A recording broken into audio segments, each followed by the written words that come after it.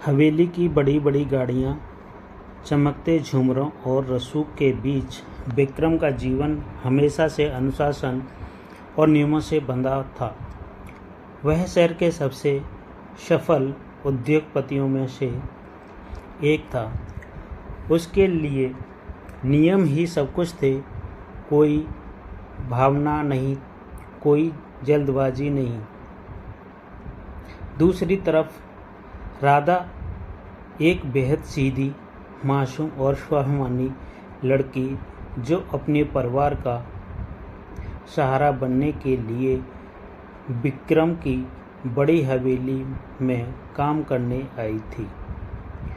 राधा का पूरा दिन घर की साफ सफाई और रसोई में निकल जाता, लेकिन उसकी आंखों में अजीब सी चमक और चेहरे पर हमेशा एक शांत मुस्कान रहती।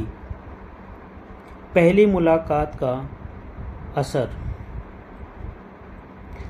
शुरुआत में विक्रम ने राधा को बाकी नौकरों की तरह ही देखा, सिर्फ एक काम करने वाली। लेकिन धीरे धीरे कुछ बदलने लगा। एक दिन विक्रम देर रात दफ्तर से थका हारा और सिर दर्द से परेशान होकर घर लौटा।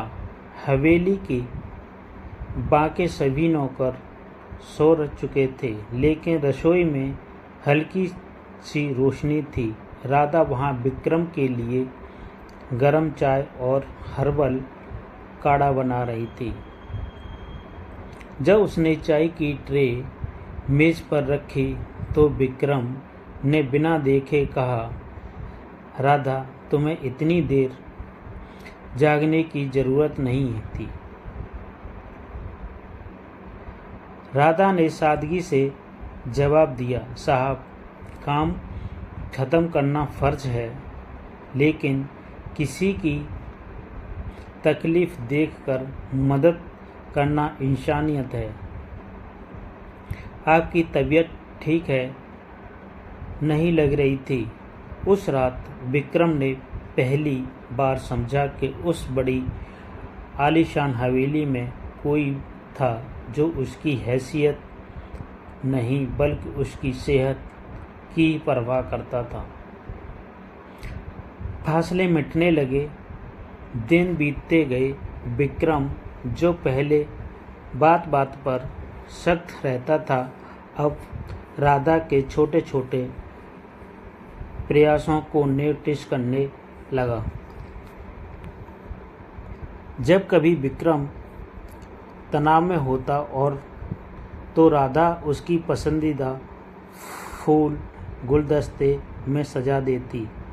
बारिश के दिनों में जब हवेली के बड़े कमरे ठंडे हो जाते तो विक्रम खिड़की के पास बैठकर राधा को बगीचों के पौधों की देखभाल करते देखता। विक्रम को एहसास होने लगा कि दुनिया भर की दौलत और कामयाबी मिलकर भी उसे वह सुकून नहीं दे सकती थी जो राधा की एक सच्ची मुस्कान देती थी। एक शाम जब घर पर कोई नहीं था और तेज बारिश हो रही थी, राधा ऊंची शेल्फ से क्रॉकरी की प्लेट उतार रही थी। अचानक उसका पैर फिसला, लेकिन जमीन पर गिरने से पहले ही विक्रम ने उसे संभाल लिया। दोनों की नज़रें मिली। कुछ पलों के लिए हवेली का सन्नाटा गहरा गया। विक्रम ने बहुत धीरे से कहा, तुम सिर्फ इस घर की देखभाल नहीं कर रही हो राधा, तुम मेरे दिल का ख्याल रख रही हो। राधा की आंखें झुक गईं। उसने घबराते हुए कहा, साहब, आप क्या कह रहे हैं? कहाँ आप इतने बड़े मालिक और कहाँ मैं एक मामूली नौकरानी। दुनिया हमें कभी स्वीकार नहीं करेगी। दुनिया का सामना राधा का डर सही था। जब समाज और विक्रम के रिश्तेदारों को उनकी नज़दीकियों की भनक लगी तो हंगामा मच गया। रिश्तेदारों का कहना था यह लड़की सिर्फ दौलत की लालच में ऐसा कर रही है। राधा का फैसला। राधा अपनी आत्मसम्मान की रक्षा के लिए बिना किसी को बताए हवेली छोड़कर अपने गांव वापस चली गई। वह विक्रम की साख पर कोई दाग नहीं लगाना चाहती थी।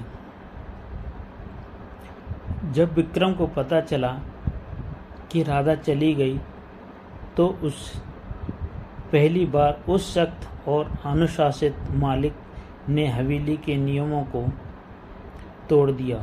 उसने अपनी लग्जरी गाड़ी निकाली और सीधे राधा के गांव पहुंच गया। आखिरी फैसला। गांव की कच्ची गलियों में मिट्टी के घर के बाहर विक्रम को खड़ा देख सब हैरान रह गए। राधा ने बाहर आकर कहा, आप यहाँ क्यों आए हैं साहब? लोग बातें बनाएंगे। विक्रम ने सबके सामने राधा का हाथ थामा और कहा, लोग क्या कहते हैं इससे मुझे फर्क नहीं पड़ता। हवेली की मालकिन बनने के लिए किसी बड़े खानदान का होना जरूरी नहीं है।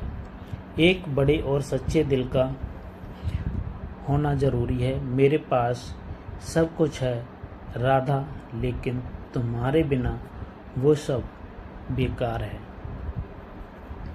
विक्रम ने अपने रुतबे और समाज के खोखले नियमों के आगे झुकने से साफ इनकार कर दिया। वह राधा को सम्मान के साथ वापस शहर लाया और दोनों ने सादगी से शादी कर ली। नौकरानी और मालिक की यह कहानी सिर्फ एक लव स्टोरी नहीं है, बल्कि इस बात का सबूत बन गई है कि सच्चा प्यार हैसियत और रुतबे से बहुत ऊपर होता है। अगर आपको वीडियो पसंद आई